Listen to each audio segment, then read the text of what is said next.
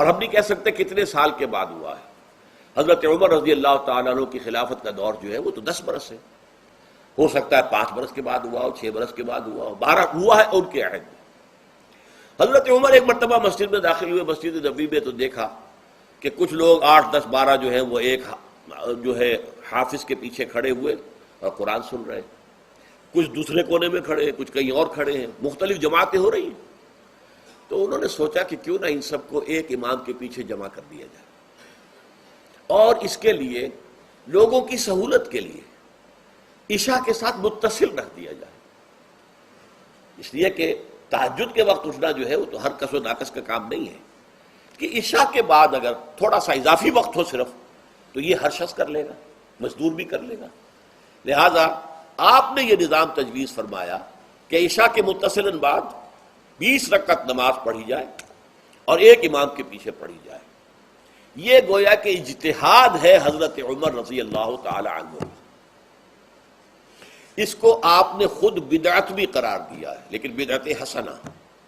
بدعت کس اعتبار سے؟ لغوی اعتبار سے، نئی بات، اس لیے کہ حضور کے زمانے میں نہیں تھی، تو یہ اس طریقے سے ایک نئی بات ہے۔ لیکن یہ بات چونکہ بہت اچھی ہے، بہت عمدہ ہے، آپ جب یہ نظام چل پڑا تو ایک دن مسجد میں آئے، دیکھا کہ بڑی بھری مسجد ہے، صحابہ کھڑے ہیں اور ایک امام کے پیچھے قرآن سن رہے ہیں۔ آپ نے فرمایا نعم البدعۃ ھذہ، یہ جو ہم نے نئی بات شروع کی ہے یہ بہت اچھی ہے، بہت عمدہ ہے۔ اب یہاں سے فرق واقع ہو گیا ہے۔ ایک تو اہل تشیع جو ہے وہ تو ویسے ہی حضرت عمر سے بہت دشمنی رکھتے ہیں، عناد رکھتے ہیں، تو حضرت عمر کے اجتہادات سے انہیں نفرت ہے، انہیں دوری ہے، چاہے وہ کوئی سا بھی حضرت عمر کا اجتہاد ہو۔ ہمارے ہاں اہل حدیث حضرات بھی در حقیقت حضرت عمر یا کسی اور خلیفہ راشد کے فعل کو وہ سمجھتے ہیں کہ یہ ایگزیکٹو آرڈرز ہیں، یہ ہمیشہ کے لیے نہیں ہے۔ حضرت عمر نے اپنے دور میں ایک نظام قائم کیا، ان کے دور کے لیے ٹھیک تھا، یہ ہمیشہ کے لیے نہیں۔ ہمیشہ کے لیے وہ 8 ہی رکعتوں کے قائل ہیں، وہ تہجد والے، لیکن اس میں بہرحال انہوں نے بھی خود یہ اضافہ کیا ہے کہ وہ 8 رکعتیں وہ عشاء کے ساتھ متصل پڑھتے ہیں، تہجد کے وقت تو نہیں پڑھتے۔ اور حضور نے تو صرف 3 روز جو ہے وہ کرائی تھی جماعت، وہ لوگ 30 دن یا 29 دن پڑھ رہے ہیں، تو اضافہ تو انہوں نے بھی کر دیا، اس نظام میں تبدیلی تو ہو گئی۔ لیکن اہل سنت جو کہلاتے ہیں، ہمارے جو 4 جو ہیں، جو ہمارے مسلک ہیں، حنفی، مالکی، شافعی، حنبلی، ان کا اتفاق ہے اس پر حضرت عمر کا، کیونکہ ان کے سامنے اصول یہ ہے کہ حضور نے فرمایا علیکم بسنتی وسنت الخلفاء الراشدین المہدیین، تم پر لازم ہے کہ میری سنت کو پکڑو مضبوطی کے ساتھ، اور میرے خلفائے راشدین مہدیین جو ہیں ان کی سنت کو پکڑو۔ اس اصول سے یہ چاروں فقہیں جو ہیں حضرت عمر کے اجتہادات جو ہیں ان کو بھی پابندی سمجھتے ہیں کہ تمام عمر کے لیے، قیامت تک کے لیے امت مسلمہ پر ان کی پیروی لازم ہے، لہذا اس میں اجماع ہے۔ اور یہاں تک کہ یہ سب سے آخری جو اس میں مسلک پیدا ہوا ہے، زمانی اعتبار سے سب سے پہلے مسلک جو ہے حنفی پیدا ہوا ہے، پھر مالکی پیدا ہوا ہے، پھر شافعی پیدا ہوا ہے، اور پھر حنبلی آخری ہے۔ اور امام احمد ابن حنبل بہت بڑے محدث بھی ہیں، مسند احمد ابن حنبل جو ہے وہ بہت بڑی کتاب ہے، بہت اہم کتاب ہے، جامع کتاب ہے، تو ان کے ہاں بھی 20 رکعتیں ہیں۔ چنانچہ حرمین شریفین میں، سعودی عرب میں، مکے اور مدینہ منورہ میں جو نماز تراویح ہوتی ہے اس کی 20 رکعتیں ہیں، لیکن اہل حدیث حضرات جو ہیں وہ اس 8 کے اوپر اکتفا کرتے ہیں۔ بہرحال یہ ایک اختلاف ہے جو میں نے اس کا پس منظر بیان کر دیا، لیکن اس 20 رکعت نماز سے ادا کرنے سے، جو کہ زیادہ سے زیادہ 50 منٹ یا 1 گھنٹہ لگتا ہے، اس سے وہ قیام اللیل کا حق ادا نہیں ہوتا۔ قیام اللیل کا تو کچھ اور ہی تقاضا ہے۔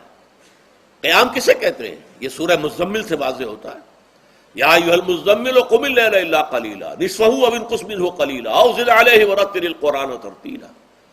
آدھی رات یا آدھی رات سے کچھ کم، یعنی تہائی رات، یا آدھی رات سے کچھ زائد، 2/3 رات، یہ ہے قیام اللیل۔ چنانچہ سورہ مزمل ہی کی آخری آیت جو دوسرا رکوع مشتمل ہے جس پر، اس میں صاف کہہ دیا گیا ان ربک یعلم انک تقوم ادنی من ثلثی اللیل ونصفہ وثلثہ وطائفۃ من الذین معک۔ اے اللہ کے نبی، اللہ خوب واقف ہے کہ آپ بھی اور آپ کے ساتھ ایک جماعت بھی رات کو کھڑی رہتی ہے، 2/3 رات یا آدھی رات یا 1/3 رات۔ تو یہ سارا معاملہ جو ہے قیام اللیل کا، گویا کہ کم سے کم 1/3 رات پر اس کا اطلاق ہو سکے گا، یہ نہیں کہ 1 گھنٹے اب اس کے ضمن میں دیکھیے حدیث پڑھیے، تیسری حدیث ہے ان عبداللہ ابن عمرو ابن العاص رضی اللہ تعالی عنہ. یہ وہی عبداللہ ابن عمرو ہے جن کی میں نے آپ کو حدیث پہلے سنائی ہے.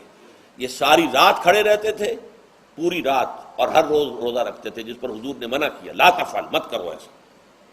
رضی اللہ عنہما، یہ خود بھی صحابی ہیں اور ان کے والد عمرو بن العاص بھی صحابی ہیں. ان رسول اللہ صلی اللہ علیہ وسلم قال، کہ اللہ کے رسول صلی اللہ علیہ وسلم نے فرمایا، الصیام والقرآن یشفعان للعبد، روزہ اور قرآن بندے کے حق میں شفاعت کریں گے. یقول الصیام، روزہ یہ عرض کرے گا اللہ کی جناب میں، اے رب پروردگار، انی منعتہ الطعام والشہوات بالنہار، میں نے تیرے اس بندے کو دن کے دوران کھانے پینے سے اور اپنی شہوت کا تقاضا پورا کرنے سے روکے رکھا، یہ میری وجہ سے روکا رہا، تو میری شفاعت اس کے حق میں قبول فرما. فشفعنی فیہ، میری شفاعت اس کے حق میں قبول فرما. ویقول القرآن، قرآن کیا کہے گا، منعتہ النوم باللیل، میں نے اسے رات کے وقت سونے سے، نیند سے روکے رکھا. فشفعنی فیہ، تو اس کے حق میں میری شفاعت قبول فرما. حضور فرماتے ہیں فیشفعان، ان دونوں کی شفاعت قبول کی جائے گی. یہ ہے قیام اللیل. یہ قیام اللیل صرف تراویح کی نماز سے جو پڑھ لی جاتی ہے، اور ہمارے ہاں تو یہ ہے، وہاں کم سے کم یہ تو تھا، صحابہ کرام کھڑے ہوتے تھے تو جو قاری پڑھ رہا ہوتا تھا وہ ان کے دل میں اترتا جاتا تھا، اس کا مضمون اور مفہوم جو ہے ان کو معلوم ہے، لہذا وہ اس کی زبان سے نکلا ہوا ہر لفظ ان کے قلب کی گہرائیوں تک اتر رہا ہے. یہاں تو یہ ہے پیرٹ لائک حافظ ہے، اسے خود پتہ نہیں میں کیا پڑھ رہا ہوں. اکثر حفاظ جو ہیں وہ عالم تو نہیں ہوتے، اور جو سن رہے ہیں انہیں کچھ پتہ نہیں ہم نے کیا سنا ہے. تو ٹھیک ہے، کم سے کم ثواب تو انہیں ملے گا کہ انہوں نے وقت نکالا ہے، 1 گھنٹہ ہی اضافی صحیح، لیکن بہرحال اس کا وقت تو انہوں نے نکالا ہے، محنت کی ہے، کھڑے رہے ہیں، ثواب ملے گا. لیکن جو مقصد ہے وہ حاصل نہیں ہوتا. اس مقصد کے حصول کے لیے اول تو قیام اللیل کی کم سے کم مدت 1/3. اگر کوئی شخص فرض کیجئے کہ اس کے ہاں کوئی اور انتظام نہیں ہے، جیسا کہ ہمارے ہاں ہم نے انتظام کیا ہے، بڑے بڑے شہروں میں دورہ ترجمہ قرآن، اس میں ہمیں 5 گھنٹے لگ جاتے ہیں، نصف شب کے قریب جو ہے معاملہ ہو جاتا ہے. اس میں کیا ہوتا ہے کہ ہر 4 رکعت سے پہلے جو اس کے اندر پڑھا جانا ہے حصہ قرآن کا، اس کا پہلے ہم مطالعہ کرتے ہیں بیٹھ کر، ترجمہ اور کچھ موٹے موٹے نکات کی جو ہے وضاحت. پھر کھڑے ہو گئے اور قاری صاحب کے پیچھے 4 رکعتوں کے اندر وہ 4 رکوع یا جتنے بھی ہیں پڑھ لی، سن لی، پھر بیٹھ گئے 4 کے بعد پھر اگلی 4 رکعتوں کے اندر جو کچھ پڑھا جانے والا ہے اس کا ترجمہ، اس کی تفہیم ہو گئی، پھر کھڑے ہو گئے، پھر سن لیا. اس طریقے سے 5-6 گھنٹے میں تراویح ختم ہوئی. تو تراویح بھی ہو گئی، حضرت عمر کے اجتہاد پر عمل بھی ہو گیا، 20 تراویح ہو گئی. لیکن یہ ہے کہ اس کے ساتھ جو اصل غرض و غایت ہے قیام اللیل کی، وہ بھی حاصل ہو گئی. یہ ہم نے 17 سال پہلے شروع کیا تھا یا 18 سال پہلے، اور وہ انشاءاللہ اللہ کے فضل و کرم سے اب چل رہا ہے. بڑے بڑے شہروں میں ہو رہا ہے. لاہور میں جن مقامات پر ہو رہا ہے وہ تازہ جو ندائے خلافت ہے اس کے اندر آپ اس کی فہرست دیکھ لیں. کراچی میں تو اس سے غالباً 3 گنا مقامات کے اوپر وہ کام ہو رہا ہے، اور دوسرے شہروں میں بھی ہو رہا ہے. تو اس سے در حقیقت وہ غرض و غایت، وہ حکمت جو ہے پوری ہوتی ہے کہ یہ دونوں چیزیں پیرلل ہیں. من صام رمضان ایمانا واحتسابا غفر له ما تقدم من ذنبه ومن قام رمضان ایمانا واحتسابا غفر له ما تقدم من ذنبه. تو صیام اور قیام جو ہے ان دونوں کا حق ادا ہو جاتا ہے. تو یہ ہے شہر رمضان الذی انزل فیہ القرآن ھدی للناس وبینات من الھدی والفرقان فمن شہد منکم الشہر فلیصم ومن کان مریضا او علی سفر فعدۃ من ایام اخر یرید اللہ بکم اليسر ولا یرید بکم العسر ولتکملوا العدۃ ولتکبروا اللہ علی ما ھداکم ولعلکم تشکرون. اب جو آخری لفظ ہے لعلکم تشکرون، اب اس کی وضاحت سمجھیے. اور رمضان کے یہ 2 پروگرام جب پیرلل ہو جائیں گے، جب دونوں کی پابندی کی جائے گی، تو اس کا حاصل کیا ہے؟ اس بات کو سمجھنے کے لیے سب سے پہلے آپ اس کو سمجھیے کہ جسے ہم خود ہی کہہ رہے تھے، جسے ہم سیلف کہہ رہے تھے، اپنی انا کو مضبوط کرنا، سیلف کنٹرول، ایگو جو ہے وہ پوری طرح قابو یافتہ ہو اڈ اور لیبیڈو پر، اصل میں اسے مراد کیا ہے؟ اس پر میں نے تفصیل سے بحث کی ہے عظمت صوم نامی اپنے کتابچے میں.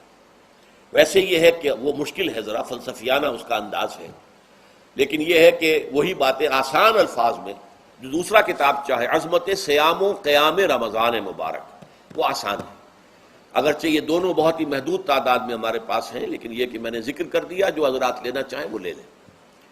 لیکن یہ ہے کہ اس میں اصل پس منظر کیا ہے؟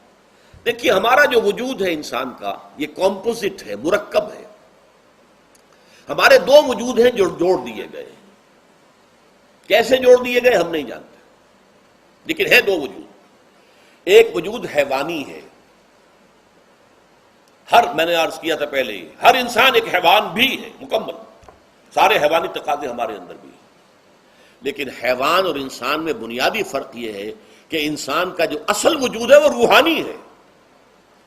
اس روحانی وجود کی وجہ سے انسان کا وہ مقام ہوا کہ تمام فرشتوں کو اس کو سجدہ کرنے کا حکم دیا گیا۔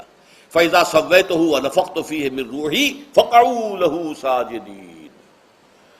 فرشتوں سے کہہ دیا گیا تھا کہ میں ایک بشر پیدا کرنے والا ہوں مٹی سے، جب میں اسے پیدا کر لوں اور اس کی ناک پلک سنوار دوں، دو پلک درست کر دوں، تو پھر اس کے سامنے اور اس میں اپنی روح میں سے پھونک دوں تو گر پڑنا اس کے سامنے سجدے میں۔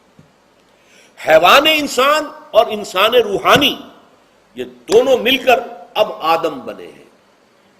نمبر دو، اس حیوان انسان کا وجود زمین سے ہے، مٹی سے پیدا کی، مٹی سے، گارے سے، طین لازب سے، چپچکانے والے گارے سے، وہ جس میں کہ بدبو پیدا ہو جائے، یہ ساری باتیں کہی گئی ہیں، اور سائنس بھی کہتی ہے مٹی سے پیدا ہوئے۔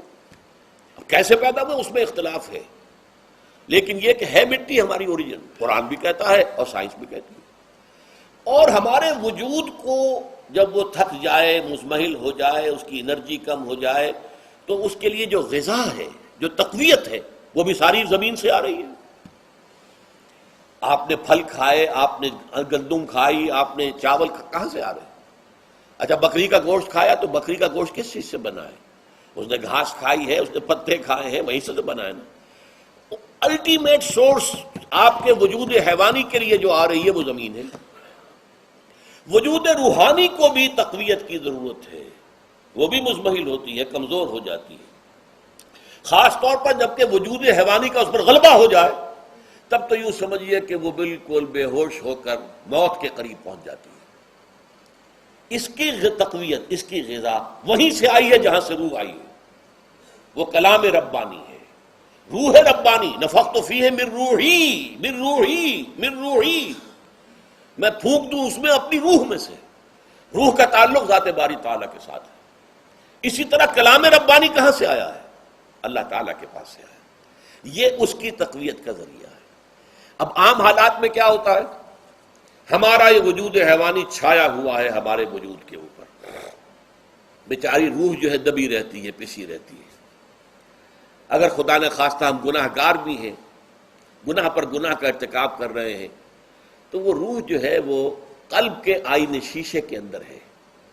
فیہا مصباح، المصباح فی زجاجہ، الزجاجہ تو کانہا کوکب دری۔ قلب جو ہے شیشے کے مانند ہے جس کے اندر روح کا چراغ جل رہا ہے۔ اب اگر یہ اوپر جو شیشہ ہے اس پر دھواں آ گیا، لالٹین کی چمنی پر دھواں آ گیا، تو اب روشنی باہر تو نہیں آئے گی۔ اگر انسان گناہ کرتا ہے تو قلب پر رین، زنگ آ جاتا ہے، یا حضور نے فرمایا ایک داغ لگ جاتا ہے، اور گناہ کرتا ہے اور داغ لگتا ہے، اور گناہ کرتا ہے اور داغ، یہاں تک کہ بالآخر پورا قلب سیاہ ہو جاتا ہے۔ اب وہ روح اندر بند ہو گئی، وہ دفن ہو گئی۔ اس کے لیے اب ضروری ہے کہ اب ایک پروگرام ایسا دیا جائے جو ریورس ہو جائے۔ دن میں روزہ رکھواؤ تاکہ وہ جو اینیمل انسٹنکٹس ہے وہ دبے، تو جب یہ وزن جو ہے اس کے اوپر کم ہوگا تو کچھ سائی آف ریلیف اسے ملے گی۔ جیسے بے ہوش آدمی پڑا ہے، اسے کوئی ہلکا سا ہوش آ رہا ہے، آپ نے پانی کے کچھ چھینٹے دیے، اس کے بعد آپ نے رات کو کھڑے ہو کر قرآن کے انوار کو اتارا، بارش برس رہی ہے روح انسانی کے اوپر، قلب روحانی، قلب انسانی کے اوپر، جس میں کہ وہ روح جو ہے وہ دفن ہے، وہ زندہ ہوگی اثر نو، ہوش میں آئے گی، اور ہوش میں آئے گی تو دو کام ہوں گے۔ ایک تو اسے قرآن کی عظمت کا احساس ہوگا، یہ قرآن میری حیات تازہ کا ذریعہ بنا ہے. میں دب گئی تھی، میں پس گئی تھی،